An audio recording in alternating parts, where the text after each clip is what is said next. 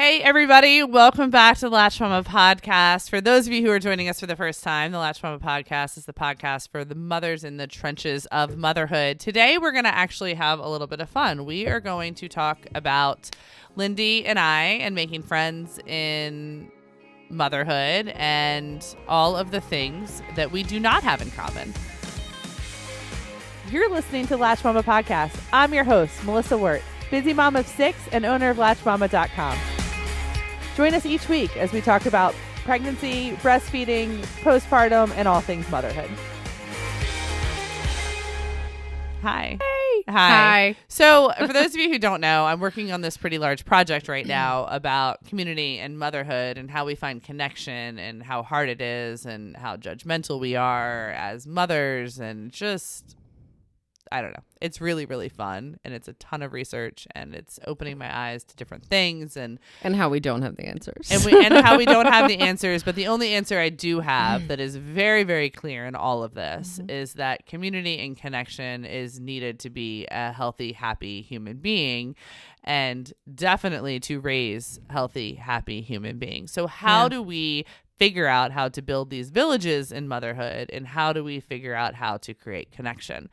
So Lindi and I have talked a lot about our friendship lately. And it's interesting because I think that we're both coming to it from a healthier perspective than we have in a really long time. And I know I look at it from a healthier place than I ever have any other friendship in my life. But we wanted to talk a little bit today about all of the things that we don't have in common and all of the ways that we meet each other in a place of non-judgment. And I think that that is crucial. I think that that's crucial in motherhood. I think that that's crucial in life, to really, truly look at somebody and look at what they do differently, and not necessarily learn that they do it differently and you should do it that way, but learn that they do it differently and embrace the fact that they do it that way. And, you know, we're going to go from there. So we're just going to throw some stuff out there. Yeah. Number one, I didn't have any idea that Lindi was going on vacation next week. And her response back to me was, I put in a vacation request, which is really funny because it's also the way this is something to talk about our friendship too. It's really hard because her response back to me was a very business oriented response. And my response, what I was trying to get from her was, I feel disconnected as a friend right now. And it's okay. No, it's fine. But it's just those are some of the things that sometimes we have to navigate as friends. But it's also unique because I was first.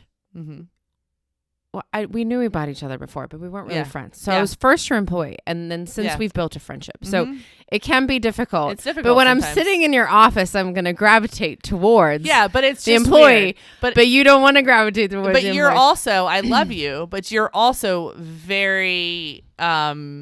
I don't want to use the word insecure, less confident when you talk about taking time off. I think it's because you love your job so much, but it's also sometimes like Lindi will literally look at me on a Friday and she'll have done everything she needed to do, like business wise. Like she'll put the time request in off stuff, but I will have no idea that basically my best friend is going on vacation. I'll have no idea. And in those moments, my little friendship heart hurts because I hadn't really in my brain known that my friend was going to be gone for a week. Okay, you gotta tell me about your trips too. I understand, but you hadn't told me about it but why hadn't you told me about it?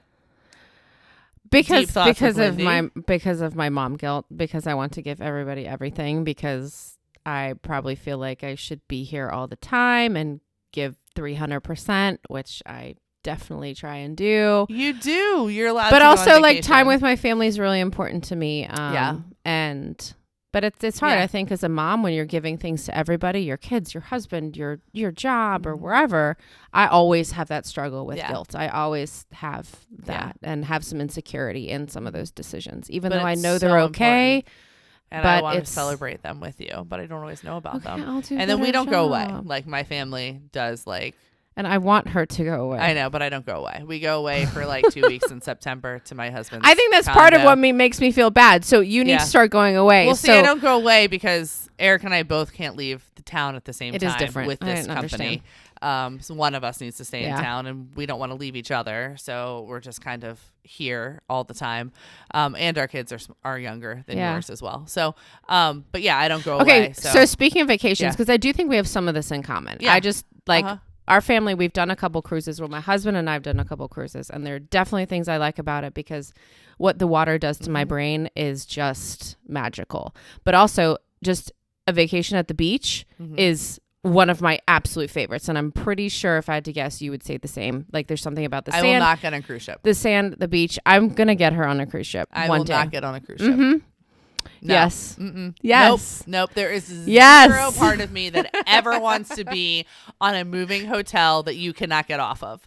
That my only option to get away from said people is to jump off of the side, which would not end well. Do not literally, it just makes me kind of just sweat just thinking about the idea of being on something that I cannot get off of with a bunch of people. So you'd go anywhere else? Oh my gosh, I would do anything else. So I did I went on a sailboat cruise after I graduated college with my best friend Carrie, but it was like 12 people on board, and it was just a big sailboat. So that was very different, and I could jump from the side of it and survive if I needed to. Okay. I mean, I probably wouldn't be able to tread water for that long, but I would have survived if all of a sudden something happened and I needed to flee. So maybe that's my fight or flight response, that I just can't handle a big ship and not being able to remove myself from it if need be. Like, what happens if there's like a serial killer on it or something? Oh like, my what happens goodness. if you just have to go? Like there's a fire or something. Like just have to go. You had to just jump off of the side. There's plenty of lifeboat. There's a spot for everybody if you had to. But I'm pretty sure. No, I don't want to wait. I don't want to wait for other people to get on my lifeboat. I just want to go. I just want to get out. I love you. I love you. But I do like the idea that you don't have to plan meals. Do you have to show up at certain times to eat? You can just eat anytime you want. That's kind of cool. I don't know. But then I would be really overwhelmed that I wouldn't be able to explore the whole boat, and then I would miss out on things. So anyways, no cruise for me. I think maybe like when we're like 80 and you're like, screw it. I'm doing all of it. I'll be able to get you on. We're gonna see how much my flight response goes away. My constant hypervigilance goes away by then. We'll see. Okay. We're gonna work on it before I get on a cruise ship. Okay. What else? We can talk animals. Although I do not have a dislike for animals. I just get very overwhelmed. So Lindi has none. I don't have any pets. None. A dog is in the future. I try not. I make fun of her sometimes. You guys have probably heard it before on podcasts or lives or something. But I do it all in a very endearing, loving way. But I do truly feel like children should be raised around animals. But I respect Lindy's desire not to have an animal in her house. And we still get to be friends over it. There is no judgment. It's fine. I come visit the animals at the farm. And it's a beautiful thing. She takes interest in my animals, and I mean, I guess there's not anything for me to take interest in, but I respect the fact that she doesn't have dog pee on her floor, or she's not having to run home to let a dog out or check a baby calf on a video in the middle of the day. It's going to happen, and I think you're going to be like smiling and laughing at me when I'm cleaning up crap off the floor. But even if it never happened, I would still love you and we would be okay. No, it's going to happen. It's a fence thing. I need to be able to let said. We're in suburbia. Mm-hmm. Melissa has a whole lot more space, so there's a difference. It's fine. But you could still have a dog. You're surrounded by dogs. You have a backyard. It needs to be a fence. And I swear, what's probably going to happen? It's going to become my dog. I'm going to become very, very attached to said dog, and I'm betting money on that. Is it going to be part of our bed and breakfast one day? Hold on, no, the kids aren't going to be old. Dog's only going to live 10, 12 years. Yeah, I don't know. We'll figure it out. But anyway, so there's pets. Do we want to talk about raising our kids with religion or not religion? That's a tricky one. Yeah. Yep.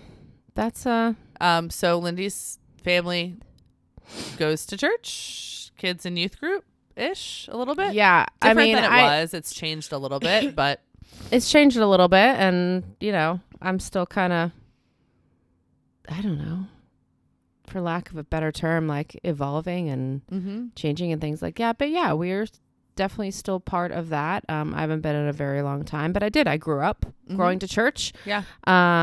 Different types of churches with my parents and things like that. But when you and Matt got married, we got married, we definitely, we went every Sunday. So yeah, different. But you guys, Eric grew up differently. Eric is an atheist, which is an interesting concept for me. But he grew up heavily involved, correct? Heavily involved.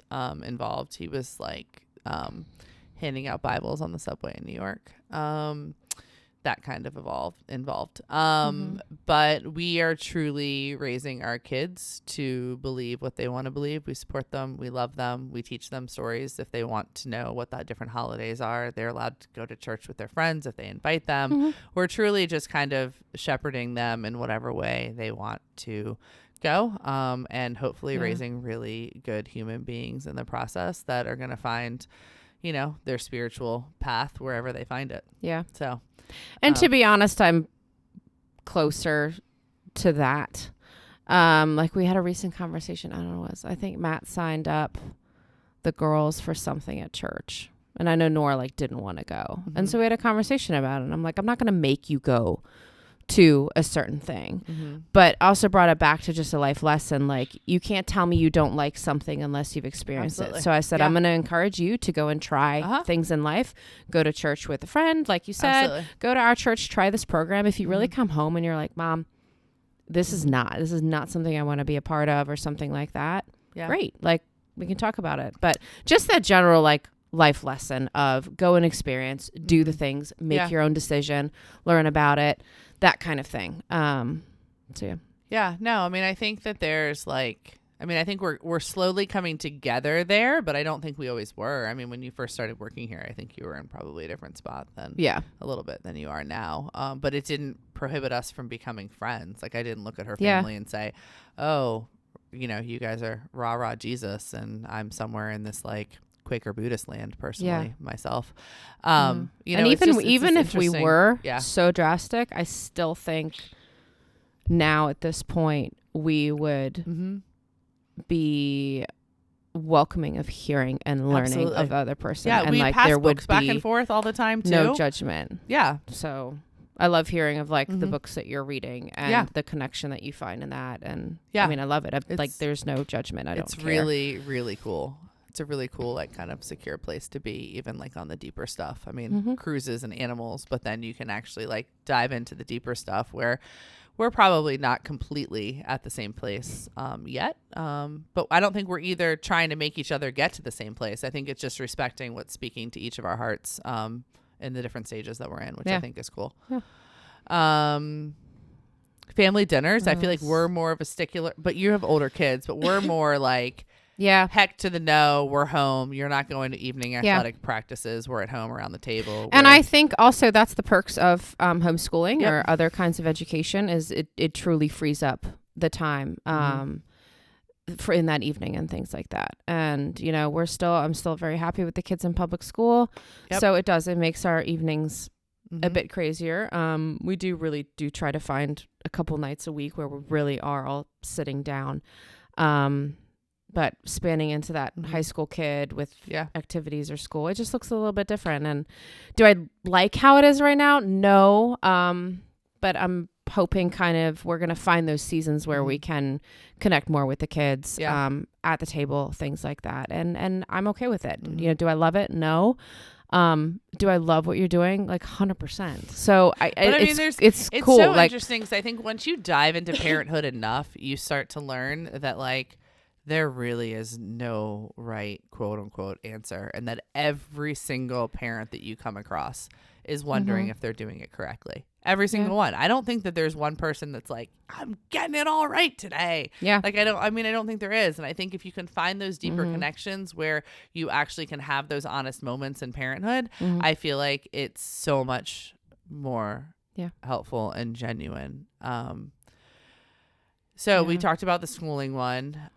We do actually, our kids have phones earlier than Lindy's kids. Lindy only has one with a phone. I don't think yours are fully connected. Aren't they they're not on the cell phone network, on, but they have them Wi-Fi in their hands more than I would like them to be in their hands. I'm learning a little bit more about how that helps me connect with them and in parenthood, and there are pros and there are cons to it. Normally, if I'm with them, they can tether their phone to mine, so they have internet pretty much everywhere they go. Yeah. I don't know. It's an interesting one. I'm still on the fence with it. I would never judge a mom for, like, I go back and forth between you all will have a flip phone until the day you go to college. Like, give me that smartphone. Oh, yeah. Half the time I'm there, too. There is some sort of educational communication value that comes with it. Like, I can check on them during the day now. I can ask them how they're feeling, which is a really, really cool thing for me. I feel like it's helping me stay in their lives a little bit more as they get older and they have thoughts and feelings about things. They also can vent their frustrations during the day, which is an interesting thing. I think when you're a working mom and you have other people around your children all day and you have to make that choice because you can't be in two places at one point, the idea that they can talk to us or talk to me about that in the middle of the day when something doesn't feel right, I think is great. I think it bridges that gap. Now, I don't love all the YouTube shorts. I don't love saying that things slap or the bruh or like sussy baka or like this. It's like a whole new like bizarre vocab. I don't understand half the time. I have to ask for like I don't understand confirmation. Like, is that a good thing or a bad thing? Like, can you help me? Like, you're smiling, so I guess it's a good thing.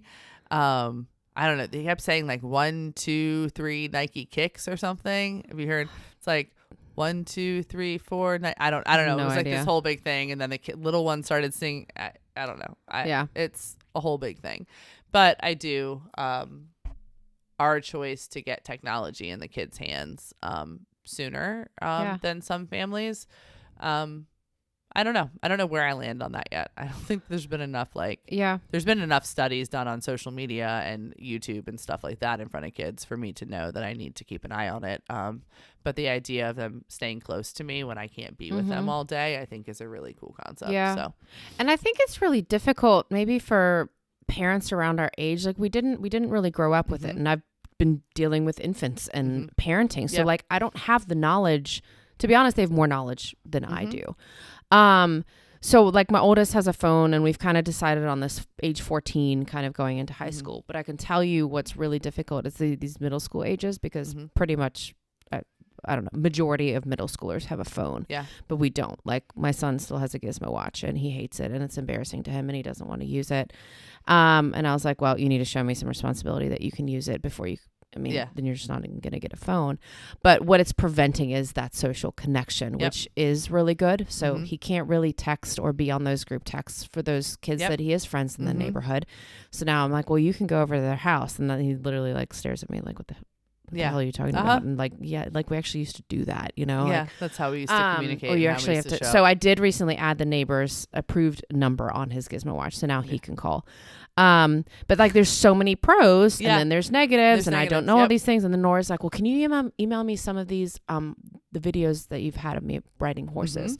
She's like, cause I'm like playing in this like Wii video and I can, you know, make these things. And I'm like, did you sign up for an account? Like, how does this work? And I'm like, well, who are you sharing this with? Like, and all these like worries and whatnot, but it's really, really cool. Cause she's like playing and editing and like trying to make this movie, which she kind of did at school. Cause she worked on like their little yearbook in like the video editing or whatever. And I'm like, that's really cool, but I have no education on it. I don't know how this works. Is it safe? So again, back to these pros and cons of how to like limit these things is really, really hard. And I just always want to make sure that like I'm not doing it to be lazy. Like I'm not giving my kid a phone because that makes it so he can, I don't know, communicate with his friends better. So I don't have to have relationships with their parents. Like it's this whole big thing. Yeah. But Lindi doesn't judge me for having my 9-year-old having a phone and her rule in her house being 14. Like it's just not. I think more maybe than it's anything, the amount of kids, or maybe it's just I just don't think there's any point in judging each other. No, I think it's also you reach the point at some point in motherhood where you realize it is all so damn hard. Yeah. Why on earth would you judge another mom? Yeah. Like if you can find somebody who is willing to show up in those trenches with you, who's willing to like show up on those bad days and meet you wherever you are, the idea that you have differences shouldn't get in the way of it. I mean, there shouldn't be a moment where like, I don't know. I mean, I feel like when I first started this, I probably would have judged somebody feeding their kids when I first started this meeting like a decade ago. Like I would feed my kids like the Annie cheddar bunnies that were organic. If I had somebody with me that fed their child goldfish, probably would have judged them. And I am 100% can say that a decade ago. Like, I feel like the journey that I have taken in terms of just humanity and meeting people where they are and acceptance and forgiveness and grace and all of this stuff, and also realizing that life is damn hard and those little decisions, although it's important what we feed our kids, and if that's one of your things, that's great, but it shouldn't divide us. Yeah. Like the idea that somebody feeds their kids something different than you feeding their kids does not prevent you from being, you know, friends and finding that community and finding those things that need to pull us together. Yeah. So, agreed. You know, I think when you're going out there, guys, don't be afraid. Don't be afraid to be you, and don't be afraid to know what's important to you and your core and how you want to parent your kids, but also being willing to be around other people, not necessarily listening to their opinions so they can persuade you, but just realizing that if it doesn't come in conflict with yours, there's no reason why you can't be friends. Yeah. There's no reason why you can't find those things that you do connect on and those vulnerable moments, because it's so freaking hard. Yeah. You know? So I was going to say one more thing on the technology thing. I think you have to dive in at some point. I think just saying like, absolutely not. I part of me, I think you do a disservice, because I do think technology can offer us a lot. And the one thing I do see with my high schooler, which I think we've talked about this a little bit, just the pressure of getting them one and deciding, is what they're actually using it for. Like, he has Remind app on there that he communicates about like open gyms with sports teams, with coaches and things like that. And while I would love him to also focus on those skills of actually having a face-to-face conversation, a lot of the communication is on a group text or things like that. And so these kids are using it I mean, to just like learn how to use this, because it is a part of our future. And I think it's not going anywhere. It all goes into the fact that we all need connection. So if that is their connection, and that is how they're bridging those in-person conversations, and just like we do it. I mean, we text normally at somebody we meet at the park before we become friends. They need to learn those skills too, because ultimately we will end this podcast where we started it, was that we can't get through this alone. And we need connection. It is truly the driving force of happiness in life. So go out and find it. You don't need to be perfect. Absolutely not perfect. You also don't need to find somebody who has all of the same similarities you have in life. Just go. Try. Embrace the differences. Learn embrace it. Yeah, absolutely. Learn about them. Learn about why they are the way they are. And, you know, go find the things you connect with and enjoy. Bye, guys.